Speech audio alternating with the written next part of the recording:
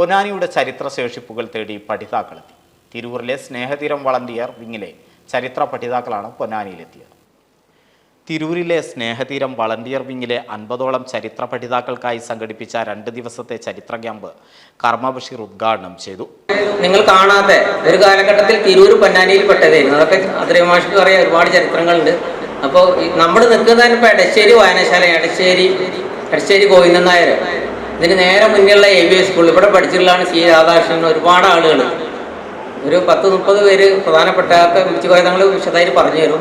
സ്നേഹതീരം chief coordinator Nasar കുറ്റൂരിൻ്റെ അധ്യക്ഷതയിൽ നടന്ന ചടങ്ങിൽ ICSR കോർഡിനേറ്റർ K ഇമ്പിച്ചുകോയ തങ്ങൾ, ചരിത്രകാരൻ TV Abdurahiman Kutty, international Toastmasters club PRO Muhammad Ponnani, Shukkur Pasha, Abdul Razak എന്നിവർ സംസാരിച്ചു. 96 ഈ ആസൂത്രണം കേരളത്തിൽ വരുന്നുണ്ട്. 97 നവംബറിൽ പൊന്നാനിയിൽ ആദ്യത്തെ ഒരുപാട് ചെറിയ കാര്യങ്ങളൊക്കെ കൊണ്ടുവന്നെങ്കിലും പൊന്നാനിയിൽ ഇത്രയും വലിയ ജനപങ്കാളിത്തം വന്നിട്ടുള്ള കാര്യമാണ്. പിന്നീട് അതിലൊരു വിപുലമായി ആ റോഡ് ഏതാണ്ട് 6 കിലോമീറ്റർ ഉണ്ട്. പിന്നെ ഒരു പാലം വന്നു.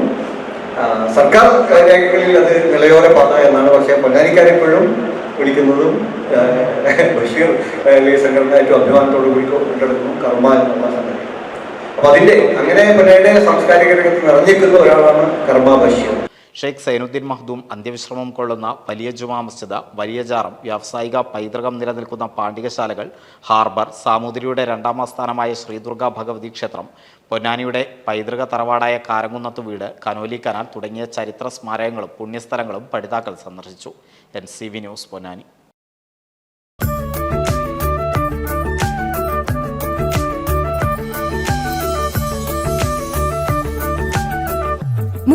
വർഷത്തെ വിശ്വസ്ത പാരമ്പര്യവുമായി എന്നും എപ്പോഴും കൂടെയുണ്ടെന്ന വിശ്വാസം. Basith wedding mall, Basith arcade, Poongottukulam, Tirur.